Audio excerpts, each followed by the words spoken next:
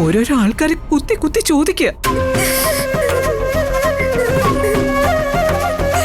അലോക കല്യാണം കഴിച്ചിട്ട് ഉപേക്ഷിച്ചല്ലേ? ഭർത്താവിനെതിരെ കള്ളക്കേസ് കൊടുത്തല്ലേ? ആദ്യം കല്യാണം നിശ്ചയിച്ച ആളിന്റെ ശാപമാണല്ലേ? പാവം അനുക്കുട്ടി, കുറെ അവള് പിടിച്ചു നിന്നു. പിന്നീട് അവള് തളർന്നു പോയി.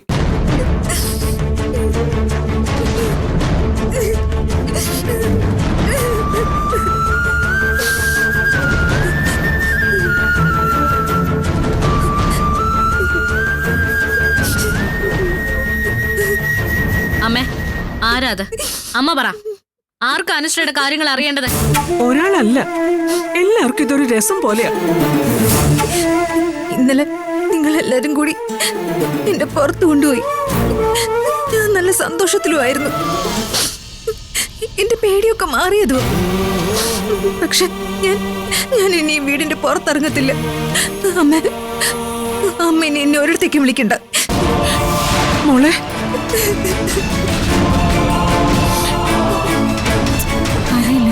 ബാലേട്ടൻ എന്തോ ഒന്നും മിണ്ടാത്ത. അവളെ ഒന്ന് ആശ്വസിപ്പിക്കെങ്കിലും ചെയ്യും ബാലേട്ട. അവൾക്കൊരു ധൈര്യം കൊടുക്ക്. തിരികെ വരുമ്പോ വിശേഷം തീർക്കാൻ വന്നവരോടെ ഞാൻ ബഹളം ഉണ്ടാക്കി. ധർമ്മന ഇടപെട്ടത്. അവൻ ആൾക്കാരോട് തട്ടിക്കയറി. അപ്പോഴാ അന്വേഷണക്കാരൊക്കെ മാറിപ്പോയത്.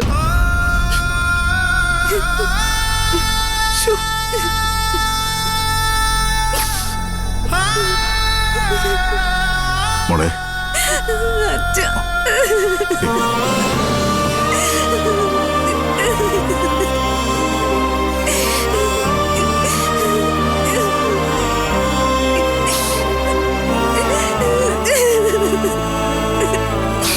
ഒന്നും പേടിക്കണ്ട, എനിക്കൊന്നും പറ്റിയിട്ടില്ലെന്നൊക്കെ അച്ഛൻ അന്ന് എന്നെ ആശ്വസിപ്പിച്ചില്ലേ. പക്ഷെ എനിക്കിപ്പൊ മനസ്സിലായി, ഇനി എനിക്ക് ഈ നാട്ടിൽ ജീവിക്കാൻ പറ്റില്ല അച്ഛ. ഞാൻ ദൂരെ എങ്ങോട്ടെങ്കിലും പോവാ. ഞാനിനി ഇവിടെ നിന്ന് നിങ്ങൾക്ക് എല്ലാവർക്കും അത് ബുദ്ധിമുട്ടാവും. ഇതുപോലെ ഇന്ന് നാട്ടുകാരുടെ അടുത്ത് ബഹളം ഉണ്ടാക്കേണ്ടി വരും. മോളെ, മോൾക്ക് ഈ അച്ഛന് വിശ്വാസമല്ലേ? അതെന്താ അച്ഛൻ അങ്ങനെ ചോദിച്ചേ? എങ്കിലിതാ അച്ഛൻ മോൾക്ക് ഉറപ്പ് തരുന്നു. ഇനി ആരും മോളെ വേദനിപ്പിക്കില്ല, ഓരോന്ന് കുത്തി ചോദിക്കില്ല, മനപ്രയാസപ്പെടുത്തില്ല. ഒരാളുടെ വായടപ്പിക്കാം. പക്ഷെ ഇതിപ്പോ എല്ലാവരും ഒരുപോലെ ബാലേട്ട.